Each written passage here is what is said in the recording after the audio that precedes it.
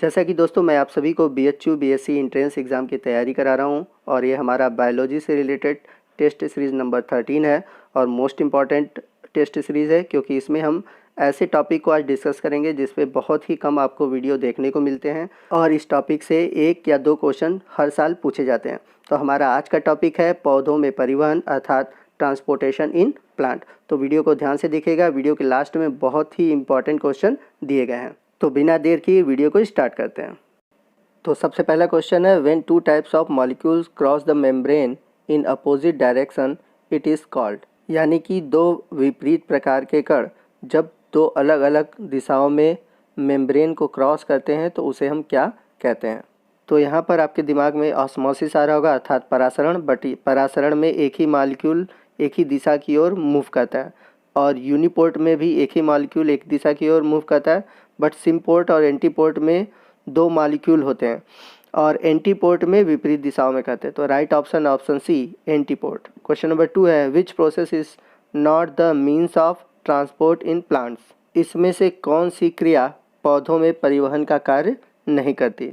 तो यदि देखा जाए ट्रांसपोर्टेशन में ये सभी चारों भाग लेते हैं, बट मुख्य रूप से फैसिलिटेटेड डिफ्यूज़न, एक्टिव ट्रांसपोर्ट और डिफ्यूज़न भाग लेते हैं। ऑस्मोसिस जो प्रोसीजर है वो भाग नहीं लेता। तो यहाँ पे राइट ऑप्शन डी ऑस्मोसिस अर्थात परासरण। क्वेश्चन नंबर 3 है, the transport of substance over long distance through the xylem and phloem is called. जब पौधों में लंबी दूरी तक जाइलम और फ्लोएम के द्वारा ट्रांसपोर्टेशन किया जाता है तो उस प्रक्रिया को हम क्या कहते हैं। तो लंबी दूरी तक ट्रांसपोर्टेशन को हम बोलते हैं ट्रांसलोकेशन। बढ़ते हैं अगले क्वेश्चन की ओर। क्वेश्चन नंबर 4 है, in case of mineral the direction of translocation is. तो यहाँ पर बताना है कि खनिजों के केस में जो ट्रांसपोर्टेशन की दिशा होती है वो कैसी होती है। यदि हम बात करें वाटर के लिए, तो वाटर के लिए जो ट्रांसलोकेशन होता है वो यूनिडायरेक्शनल होता है, बट मिनरल के लिए ट्रांसलोकेशन मल्टी डायरेक्शनल होता है। तो यहाँ पर आपका राइट ऑप्शन है ऑप्शन बी मल्टी डायरेक्शनल। बढ़ते हैं अगले क्वेश्चन की ओर। क्वेश्चन नंबर 5 है, in which process energy is utilise. बहुत ही अच्छा क्वेश्चन है। तो पूछ रहा है कि इसमें से कौन सी प्रक्रिया में एनर्जी का यूज़ होता है। तो राइट आंसर है ऑप्शन बी एक्टिव ट्रांसपोर्ट, क्योंकि एक्टिव ट्रांसपोर्ट तभी होता है जब ये ऑस्मोसिस के खिलाफ कार्य करता है, वहाँ पर एनर्जी लॉस करके ट्रांसलोकेशन होता है। क्वेश्चन नंबर 6 है, water channels and ion channels have been recorded in. तो बता रहा है कि वाटर चैनल और आयन चैनल किस प्रक्रिया में उपयोग किए जाते हैं। तो आपका right option A facilitated diffusion. बढ़ते हैं अगले क्वेश्चन की ओर। क्वेश्चन नंबर 7 है, if two types of molecule move together this is called. यदि दो विपरीत प्रकार के मॉलिक्यूल एक साथ जाते हैं तो उसे हम क्या कहते हैं। यदि दो प्रकार के मॉलिक्यूल एक साथ गति करते हैं तो उसे हम यूनिपोर्ट और एंटीपोर्ट दोनों कहते हैं। परंतु यहाँ पर क्वेश्चन में कोई भी डायरेक्शन की बात नहीं कही गई है। तो यहाँ पे जो राइट ऑप्शन होगा ऑप्शन डी को ट्रांसपोर्ट। अगर डायरेक्शन बोला होता तो एंटीपोर्ट या यूनिपोर्ट में से कोई एक होता। क्वेश्चन नंबर 8 है, certain pores called porins are present in the outer membrane of. तो कुछ पोर जो होते हैं उन्हें हम पोरिन्स कहते हैं और ये पूछ रहा है कि पोरिन्स किनके आउटर मेम्ब्रेन में पाया जाता है। तो अगर देखें ऑप्शन, तो प्लास्टिड, बैक्टीरिया और माइटोकॉन्ड्रिया इन तीनों में पाया जाता है, मतलब इन पोर को पोरिन्स बोलते हैं। ये तीनों में पाए जाते हैं, इसलिए राइट ऑप्शन है ऑप्शन डी। बढ़ते हैं अगले क्वेश्चन की ओर। क्वेश्चन नंबर 9 है, the movable carrier protein are called.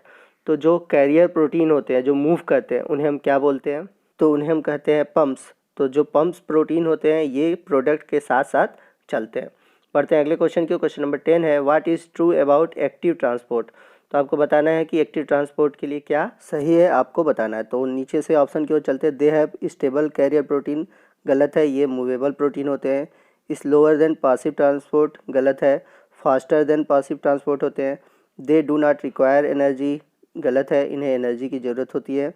तो यहाँ पर बच गया ऑप्शन ए जो कि सही है, अप हिल ट्रांसपोर्ट ऑकर्स। बढ़ते हैं अगले क्वेश्चन की ओर। क्वेश्चन नंबर 11 है, absorption of water bye solid particles without forming the solution is called. जब बिना किसी विलयन के निर्माण के ठोस कणों द्वारा जल को ग्रहण किया जाता है तो इस प्रकार के सॉल्यूशन को हम क्या कहते हैं या इस प्रक्रिया को हम क्या कहते हैं। तो right option option C imbibition. Question number 12 है, plasmalemma and tonoplast are. तो आपको बताना है कि जो प्लाज्मा लेमा और टोनोप्लास्ट है किस प्रकार के मेम्ब्रेन हैं। तो आपका राइट ऑप्शन है option D, selectively permeable membrane. मतलब कि ये सेलेक्टिव चीज़ों को ही अपने अंदर से जाने तथा आने देते हैं। बढ़ते हैं अगले क्वेश्चन की। क्वेश्चन नंबर 13 है, osmosis is a special type of diffusion of water that occur through.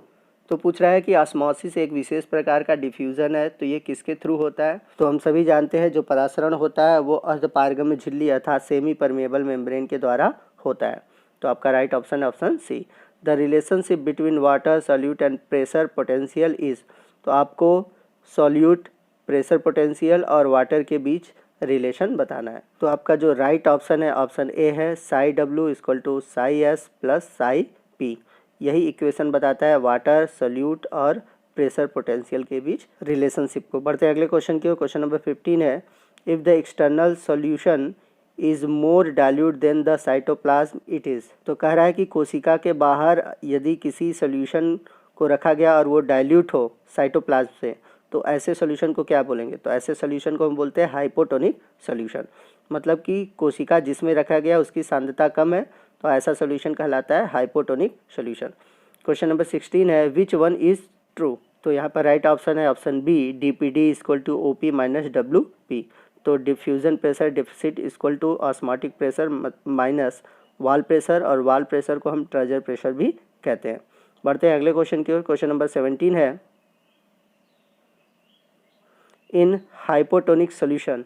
तो आपको बताना है कि एक हाइपोटोनिक सॉल्यूशन में क्या होता है। तो जब भी किसी सेल को अगर हम हाइपोटोनिक सॉल्यूशन में रखते हैं तो वह सॉल्यूशन सेल के अंदर जाने लगता है।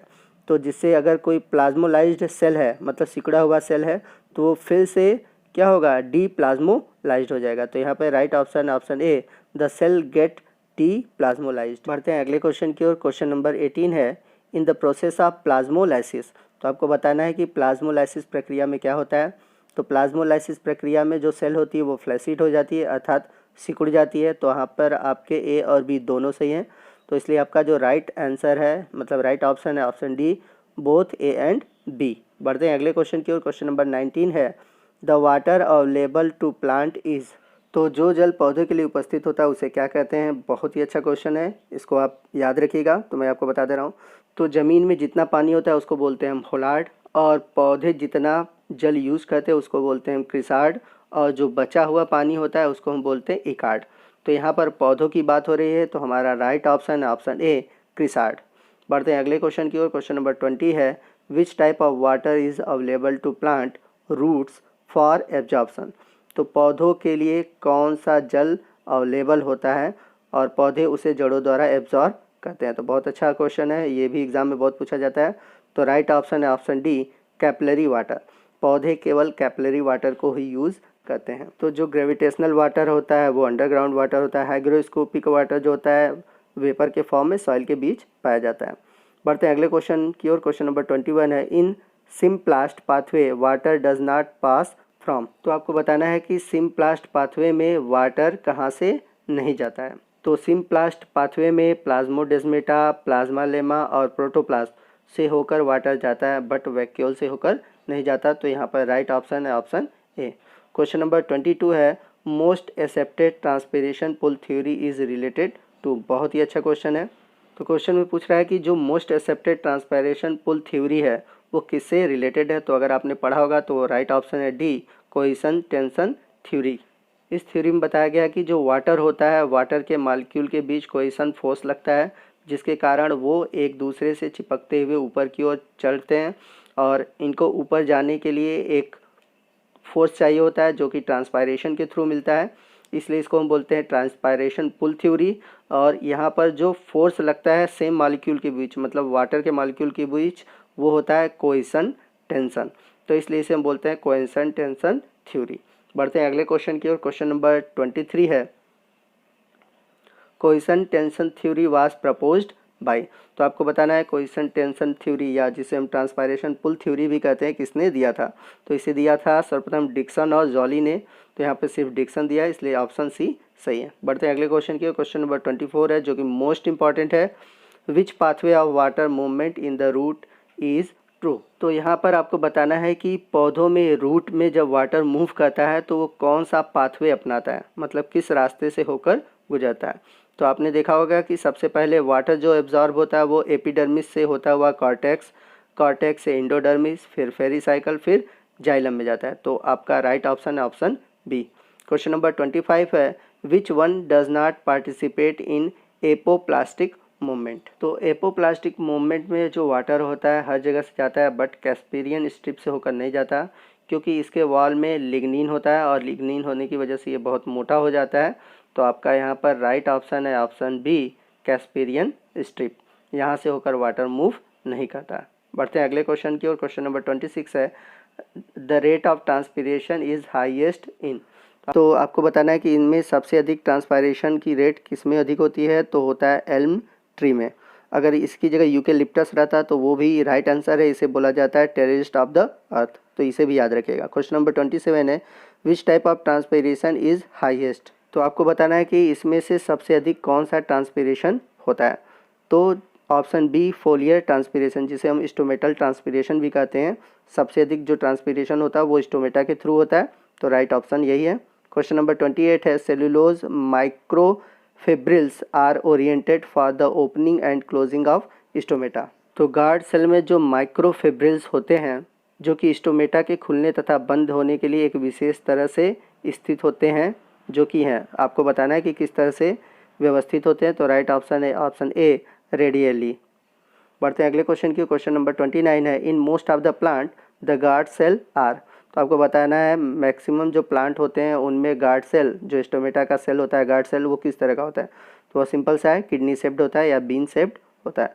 क्वेश्चन नंबर 30 है, चूज़ द रॉन्ग वन। आपको इसमें से गलत चूज़ करना है। तो इसमें से जो सी वाला ऑप्शन है इसको छोड़कर सब सही है, क्योंकि जो ABA है, ABA स्टोमेटा ओपनिंग में भाग नहीं लेता, जबकि स्टोमेटा क्लोजिंग में भाग लेता है, इसलिए ABA को एंटी ट्रांसपायरेटरी प्लांट हार्मोन्स भी कहा जाता है। तो ये भी मोस्ट इंपॉर्टेंट क्वेश्चन है जो मैंने अभी आपको बताया, इसको याद रखिएगा। क्वेश्चन नंबर 31 है, the loss of water in the form of liquid droplet is called. तो सिंपल सा क्वेश्चन है, जब वाटर छोटे छोटे जल के बूंदों के रूप में लॉस होता है अर्थात निकलता है, तो उस प्रक्रिया को हम क्या बोलते हैं। तो उस प्रक्रिया को हम बोलते हैं guttation, option C. Question number 32 है, guttation take place through special structure is called. तो जो गटेशन है वो एक विशेष प्रकार की पत्तियों के द्वारा होती है, तो आपको उसका नाम बताना है। तो बहुत अच्छा क्वेश्चन ये भी है, ये भी क्वेश्चन पूछा जाता है। तो राइट ऑप्शन है ऑप्शन सी, हाइडेथोड्स। तो हाइडेथोड्स के थ्रू गटेशन का प्रोसीजर होता है। क्वेश्चन नंबर 33 है, मास फ्लो और pressure flow hypothesis was given by. तो फूड का जो ट्रांसलोकेशन होता है प्लांट में, उसके लिए एक थ्योरी दी गई थी, मास फ्लो और प्रेशर फ्लो हाइपोथेसिस। तो ये थ्योरी किसने दिया था, तो दिया था मुंच ने। तो राइट ऑप्शन है ऑप्शन सी। क्वेश्चन नंबर 34 है, व्हेन ए प्लांट इज गर्डल्ड और रिंग्ड। तो जब किसी पौधों में उसकी बार को काट के हटा दिया जाए और वहाँ पर गर्डल या रिंग का फॉर्मेशन हो जाए, तो पौधों पर क्या इफेक्ट पड़ेगा। तो आपका राइट ऑप्शन है option A, the root die first. तो उसकी जड़ें जो होंगी वो सबसे पहले ख़त्म होंगी, उसके बाद सूट खत्म होगा, इस तरह से पूरा प्लांट ही क्या होगा, ख़त्म हो जाएगा। तो यहाँ पे जो आपका राइट ऑप्शन है ऑप्शन ए है। क्वेश्चन नंबर 35 है, in which of the following plants there will be no transpiration. तो यहाँ आपको बताना है कि इसमें किस प्रकार के पौधों में ट्रांसपिरेशन नहीं होगा। तो आपका जो राइट ऑप्शन है ऑप्शन बी है, एक्वाटिक सबमर्ज्ड प्लांट। तो ये वे पौधे होते हैं जो जल में डूबे हुए होते हैं, तो इनमें ट्रांसपिरेशन नहीं होता। बढ़ते हैं अगले क्वेश्चन की ओर। क्वेश्चन नंबर 36 है, stomata open at night in. Question number 36 है, stomata open at night in. तो इनमें से किस प्रकार के पौधों में स्टोमेटा रात में खुलता है। तो राइट ऑप्शन है ऑप्शन डी, सकुलेंट्स प्लांट, जैसे कि नागफनी के पौधे। क्वेश्चन नंबर 37 है, in land plants the guard cell differ from the epidermal cell in having. तो जो स्थलीय पौधे होते हैं उनमें गार्ड सेल एपिडर्मल सेल से किस प्रकार से भिन्न होते हैं। तो हम सभी जानते हैं कि जो गार्ड सेल होते हैं उसमें क्लोरोप्लास्ट पाया जाता है, जबकि एपिडर्मल सेल में क्लोरोप्लास्ट नहीं पाया जाता। तो राइट ऑप्शन है ऑप्शन ए, क्लोरोप्लास्ट। पढ़ते हैं अगले क्वेश्चन की ओर। क्वेश्चन नंबर 38 है, विच of the following helps in ascent of SAP. तो इसमें से कौन सा है प्रोसीजर जो एसेंट ऑफ सैप में अर्थात ऊपर की ओर पानी को चढ़ने में सहायता करता है। तो रूट प्रेशर, ट्रांसपीरेशन और कैपिलरिटी, ये सभी एसेंट ऑफ सैप में मदद करते हैं। तो राइट ऑप्शन होगा option D, all of the above. बढ़ते हैं अगले क्वेश्चन की ओर। क्वेश्चन नंबर 39 है, potometer is an apparatus for measuring the rate of. तो आपको बताना है कि पोटोमीटर एक ऑपरेटस है जिसका यूज़ क्या मेज़र करने में किया जाता है। तो राइट ऑप्शन है ऑप्शन बी ट्रांसपीरेशन। तो वाष्पोसर्जन की दर को मेज़र करने के लिए पोटोमीटर का यूज़ किया जाता है। क्वेश्चन नंबर 40 है which one is found to be more effective for opening of stomata. तो आपको बताना है कि इसमें से कौन सी वेवलेंथ की लाइट स्टोमेटा के खुलने के लिए सबसे इफेक्टिव होता है। तो राइट ऑप्शन है option B blue light wavelength. इस प्रकार की जो लाइट की वेवलेंथ होती है वो स्टोमेटा के खोलने के लिए मोस्ट इफेक्टिव होती है। तो आपका स्कोर कितना रहा आप नीचे कमेंट बॉक्स में लिखकर जरूर बताइएगा। वीडियो को लाइक कीजिएगा, अपने दोस्तों में अधिक से अधिक शेयर कीजिएगा और अभी तक आपने हमारे चैनल को सब्सक्राइब नहीं किया है तो प्लीज़ सब्सक्राइब कीजिए और बगल में जो बेल आइकन है इसको ज़रूर प्रेस कीजिए ताकि जब भी मैं कोई नया वीडियो अपलोड करूँ उसका नोटिफिकेशन आपको मिलता रहे।